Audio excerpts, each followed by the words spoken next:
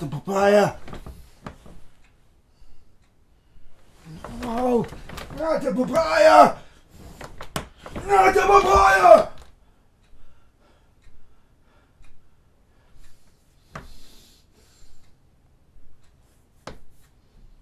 Oh, I can't sleep now.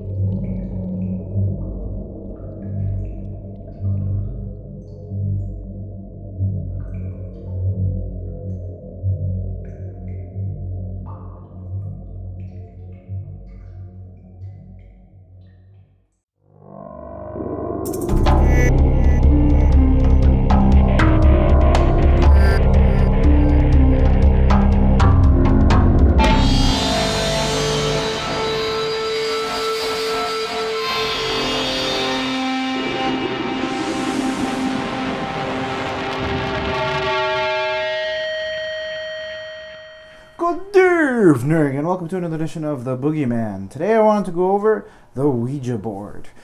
I haven't done a video in a little while, so I figured why not do a debunking video on everybody's favorite board game. And yes, it is a board game, because the rights are actually owned by Hasbro. Bet you didn't know that. So curl up, get some popcorn, and let's do this. Let's talk Ouija board. So, like Kleenex, the Ouija board is actually a brand, not necessarily the product. The product is actually called either a spirit board or a talking board. And basically, they're used as sort of this game to talk with the dead, blah, blah, blah, blah, blah, blah, blah. But at first, it was pretty much just a parlor game. I'm not sure exactly how that worked as a game without ghosts involved or what have you, but that's how it originated. And the Ouija board itself is basically this flat board. If you haven't seen one, I'm sure you have, but if in case you haven't, it's a flat board with the alphabet written across it. Yes, no. Sometimes there's a hello, and then there's a goodbye, and then there's numbers. And the idea is two players put their fingers on a little planchette board, which is a little triangle that they use to move. And it spells out messages from beyond the grave. You know, Massachusetts. It was actually introduced by a guy named Elijah Bond. Not James Bond, but his much older sibling Elijah Bond. And that was on July 1st, 1890. And as I stated, it was released as a board game that was unrelated to the occult. However, much later there was an occultist by the name of Pearl Curran, and she managed to use it as a divination board during World War I and popularized its use as such to talk to the dead. Like I said, I'm not exactly sure what they were doing with it before then. Maybe just I don't know. But they were using it before that, and it wasn't until much later that they started using it as a divination board. There's three views on the Ouija board itself, the Christian, the atheist, and the occultist. The Christians view it, or at least some Christians view it as a very dangerous board that gives you a link to the demonic. The occultists, it depends on which ones you ask. Some see it as an evil link to the demonic, some see it as just a link to the other world. Some, I'm sure, probably just think it's a board game, because it is owned by Hasbro, after all. The atheist perspective, obviously, would be just that. It's a parlor trick. And I'll get into a little later what the actual trick is. Now, the divination practice in the style of the Ouija board actually started at approximately 1100 AD in China, in the Song dynasty, and it was a practice known as Fuji. And the word Fuji actually translates to planchette writing. So it was this divination process much similar to the Ouija board, in which there was automatic writing, for those who are familiar with the term, which means basically writing that doesn't involve the actual person's will who's doing the writing. And that practice existed at least as far as circa 1100 AD, which was found in certain documents of the Song dynasty, as I mentioned. It was a central practice of the, and I'm going to put this on here somewhere because I know I'm going to mispronounce it, the Quenchen school, until it was forbidden by the Qing dynasty? Yeah. So basically, this dynasty probably seen it as an evil force, much like certain modern Christians and occultists see it as. Which I think is actually pretty funny that it's owned by Hasbro and it's this demonic thing that scares a whole lot of people. I'm not sure exactly why it scares a lot of people, but I will get into that in a moment. So back to the history of the board itself. As I mentioned, the actual product of the planchette writing started with Ouija Board. However, it wasn't until 1901 that one of his employees, by the name of William Fuld, actually started to independently print boards much after Ouija Board patented the planchette board. William Fuld actually started to print boards of his own under the name Ouija. There's at least two stories about how the name Ouija came into play. The one that eventually kind of won out is that it's oui and ja, and as in oui, French for yes, and ja, German for yes, respectively. There was also an original story that they played the board and it gave them the word, which Ouija apparently was an ancient Egyptian term, but basically that kind of was just cast aside for the sake of the Ouija story. Now, the funny thing is, even though Ouija Board actually kind of started the mass production of these talking spirit boards, Fuld actually basically took entire credit for the creation of these Ouija boards, even though his was, like I said, a specific brand, not necessarily the product itself, which Ouija Board was the first to commercialize. Which is a little bit of a backstabbing move on Fuld's part, but careful who you do business with, I guess. They might just take over. I'm not exactly sure how the patent that Ouija Board actually signed off on, I'm not sure exactly how that didn't protect him, but apparently it didn't. Possibly the same way Kleenex doesn't necessarily have to give money to whoever invented the tissue paper. I'm guessing that's kind of the legal loophole that was in play in that regards. Now, in terms of the Ouija board as we know it today, much after Fuld's death in 1966, Fuld's estate actually sold the rights to the Ouija board to Parker Brothers, and it wasn't until actually 1991 that Hasbro took over that license, I guess you'd call it, and was actually able to trademark Ouija board under their name specifically. Now, the first clue that things aren't exactly as they appear should be the fact that it's owned by Hasbro gaming company. It's a game, obviously. So what is the game? So like I described, two people actually put their fingers on this planchette and it's supposed to move. Now the key thing is that it's supposed to move. Now how this works is basically by something observed by Michael Faraday in terms of table turning, and it's called the ideomotor effect. And what that basically means is if you hold out your hand, there's all these little micro tremors. And what I'm going to try to do is essentially play with the Ouija board myself, see if I can actually get some gibberish going. I'm going to have another camera recording to see if I can actually catch these little micro tremors. And the micro tremors themselves are called the ideomotor effect. Now, like I said, Michael Faraday was the first to discover this. He would not be the last to comment on it. In fact, Michael Heap, in a book by Michael Shermer, is referenced in the Skeptical Encyclopedia of Pseudoscience on pages 127 and 129. Michael Heap goes into detail about how the ideomotor, or as he refers to it as the Ouija board effect, works, and essentially it's how I describe these little micro tremors that kind of push the planchette in certain directions. I will leave the links below to other reports of this by Cecil Adams in the Straight Dope in July 3rd of 2000, as well as Robert T. Carroll in the Skeptic's Dictionary of 2009, and Chris French in The Guardian in 2013. All of these figures comment on the ideomotor effect further.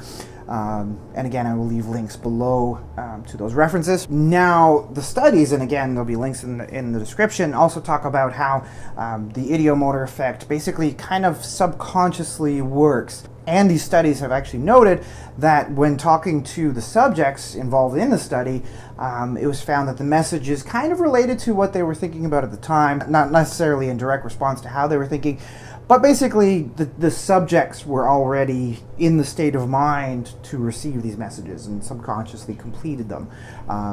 Again, the way that would work is the microtremors would point to a specific letter, and then their subconscious would kind of use these little tremors to write a message. So, as I've said, I'm going to set up a camera right there, and let's see what my ideomotor effect will actually give us. Maybe we'll be able to see my subconscious at play.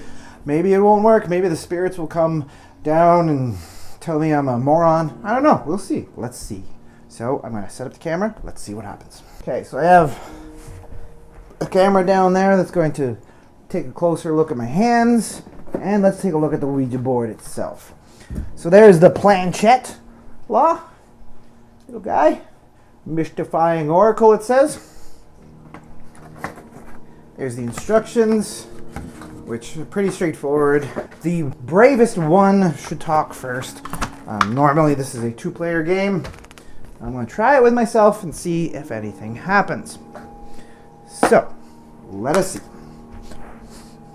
Is there anybody there?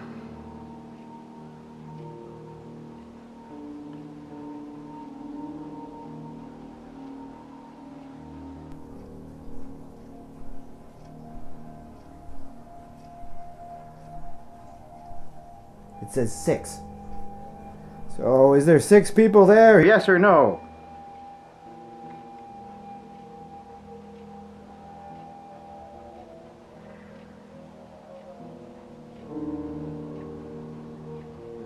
It says blank spot. Are you slightly drunk, spirit? It's being indecisive. I think it's a little under. Might have had a few brewskis.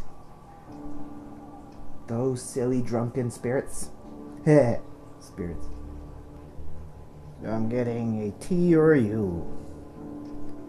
It's saying ta ta ta ta ta. It might be like spirit for, oh, you silly fool. One more question before I give up. Is there anyone there? Yes or no?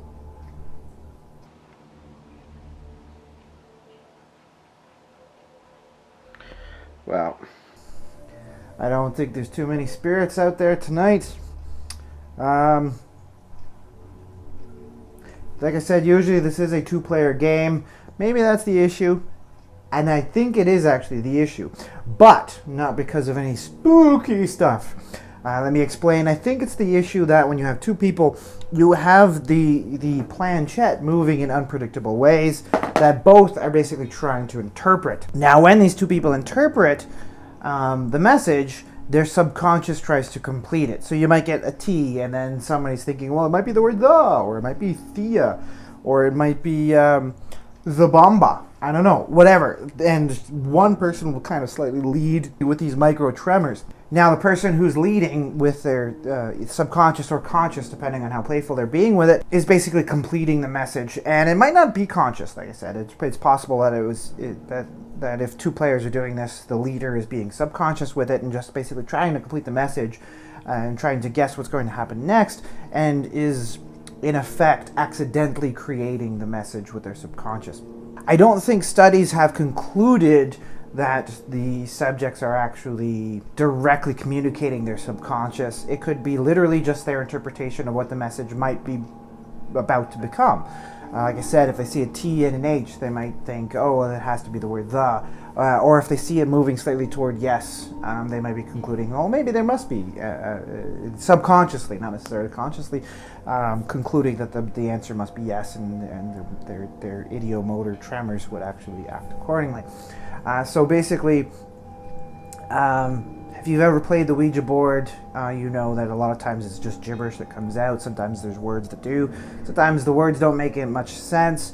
And that's possibly because your subconscious isn't quite leading the charge in terms of the messages, and maybe you're actually trying to be objective about it like I was here and not really getting much of anything. I don't think, obviously, this has anything to do with the spirit world. That's spelled out poop. The spirits must need to poop. Yeah, so I think this is fairly debunked. I don't think there's really too much more to talk about it. In terms of the Ouija board itself, it's a game. It's a parlor game, specifically, much like tarot cards were actually a game that people used to play. And I've actually found the rules online for anyone who wants to go there. So yeah, the Ouija board, it doesn't work. Or at least not with one person, anyways. Might try this again with 2 people. We'll see. Stay tuned. And if I do this, well, I was going to do this with my cat, but she's not really that into it. So I might get a second person and see if we can get this thing going. But I find a lot of people are actually a surprising amount of people are actually superstitious when it comes to the Ouija board, and are actually quite afraid of it. So that might actually take me a while. See, Mimsy knows what's up. So, without further ado, this is the Boogeyman signing off. Before I go, though, I actually wanted to say that stay tuned. The next video I do will actually be on the philosophy of horror, and specifically why anyone might be interested in the horror genre. It'll get philosophical. So bring your monocles or your glasses or whatever you need to really be in the philosophical mood. But we will go there, and we will talk about why people enjoy horror, even though it's quite paradoxical. So stay tuned for that. Also, if you have any preference for the type of videos you want to see next, either the philosophy of horror videos, the debunking videos, more short story videos, or whatever have you, leave a comment below. Please tell me what type of videos you would like to see next after the philosophy of horror. And yeah, so stay tuned for more spookiness. Hopefully not such a huge gap in between. But yeah, talk to Mimsy about that. She's a slave driver, just an absolute slave driver. She's had me like slaving. So, without further ado, this is the Boogeyman signing off. The spirits say goodbye. Boo!